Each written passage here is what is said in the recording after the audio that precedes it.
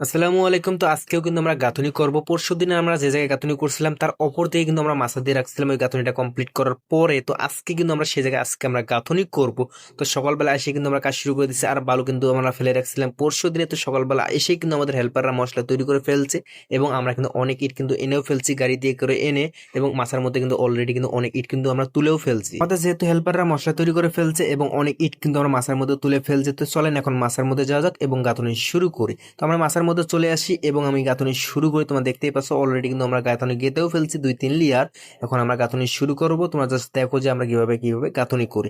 আমরা কিন্তু বর্তমান গাঁথনি করতেছি 5 ইঞ্চি। তো তোমাদের মনে হইতে পারে যে ভাই এই জায়গায় কিন্তু 10 ইঞ্চি গাঁথনি হইতে পারে। আসলে ভাই এই জায়গায় 10 ইঞ্চি গাঁথনি হবে না, ওই পাশে তো 5 ইঞ্চি গাঁথনি হবে এবং এই পাশে কিন্তু 5 ইঞ্চি গাঁথনি হবে এবং মাঝখানে কিন্তু 2-3 ইঞ্চি ফাঁক হবে, ওটা কিন্তু ফাঁকেই রয়ে যাবে এবং আমরা দুই পাশে গাঁথনি করব এবং দুই পাশে গাঁথনি কিন্তু মেকআপ করে ফেলবো আজকে ইনশাআল্লাহ। আমরা যে কাজ করি তোমাদের মনে হইতে পারে খুবই সাধারণ এবং খুবই সিম্পল, আসলে না ভাই, এই জায়গায় কিন্তু অনেক প্যারা খাইতে হয়, কারণ আমাদের এই ইটগুলো কিন্তু অনেক কষ্ট করে হচ্ছে মাছের মধ্যে তুলতে হয় এবং তারপর হচ্ছে যে গাঁথনি করতে হয়। এই বালুগুলা কিন্তু টেনে তুলতে হয় মাছের উপরে, কারণ ছাদের হাইট অনেক বেশি ভাই, হাতে পাওয়া যায় না নিচ থেকে, সেই কারণে রশি দিয়ে টেনে তুলতে হয় বালু, এবং ইটগুলো কিন্তু ঢেলে উপরে নিতে হয়। মাছের মধ্যে অনেক প্যারা।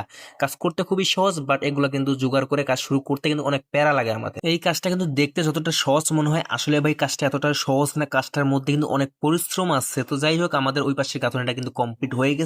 এরপর হচ্ছে যে আমরা ভিতরের কাজটা কিন্তু শুরু করি, মানে ভিতরের গাঁথনিটা আমরা কিন্তু শুরু করে দিই অলরেডি।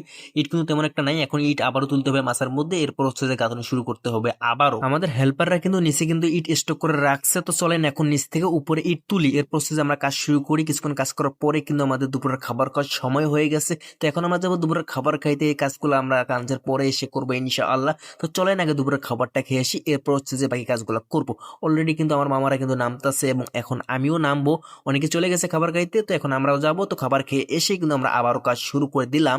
আমার মামারা কিন্তু আমাকে বালু দিল, আমাদের হেল্পার আমার সম্পর্কে মামা হয়, তো তারা বালু দিল আমাকে। তো এখন আমরা আবারও গাঁথনি শুরু করব। আমাদের সে কিন্তু আমাদের হেল্পারদের কিন্তু পরিশ্রম অনেক বেশি হয়। এই জায়গায় ইট বালু তুলতে কিন্তু তাদের অনেক পরিশ্রম লাগে, যদিও আমাদের তেমন একটা পরিশ্রম হয় না, আমাদের পরিশ্রম খুবই কম হয়, বাট আমাদের হেল্পারদের কিন্তু পরিশ্রম আরো বেশি হয়, কারণ তাদেরকে বালু মিক্স করতে হয়, বালু দিতে হয়, ইট এনে দিতে হয়। তো তাদের অনেক পরিশ্রম হয় আমাদের থেকে বেশি, এটা কিন্তু মানতেই হবে ভাই তোমাদের। তো আমাদের ওই পাশে 5 ইঞ্চি গাঁথনিটা কমপ্লিট করার পরে কিন্তু আমরা সামনেই কিন্তু 10 ইঞ্চি গাঁথনিটা শুরু করি এবং আমাদের ইট যেগুলো লাগবে সেগুলো কিন্তু আমরা নিয়ে নিছি এবং বালু কিন্তু আমরা উপর থেকে নিতে আসছি। তার কারণ হচ্ছে যে এদিক দিয়ে বালু নিতে গেলে কিন্তু আমাদের গাঁথনির মধ্যে লাগতে পারে এবং গাঁথনির সমস্যা হইতে পারে, সেই কারণে উপরে বালু তৈরি করছি এবং বালু কিন্তু উপর থেকে আমরা নিচ্ছি এবং অল্প কিছুক্ষণের মধ্যে কিন্তু আমাদের সামনের গাঁথনিটাও কিন্তু মোটামুটি অনেকটাই করে ফেলছি এবং অল্প কিছু বাকি রয়েছে, সেটা আমরা কালকে করবো ইনশাআল্লাহ। আজকে যদিও তেমন একটা সময় নেই, যেহেতু শীতকাল অনেক ঠান্ডা লাগে আর দিনটা অনেকটাই ছোট। যদি বড় দিন হইতো হয়তো বা এই গাঁথনিটা করা কিন্তু কমপ্লিট হয়ে যেত, যেহেতু ছোট দিন তেমন একটা হাতের সময় নেই।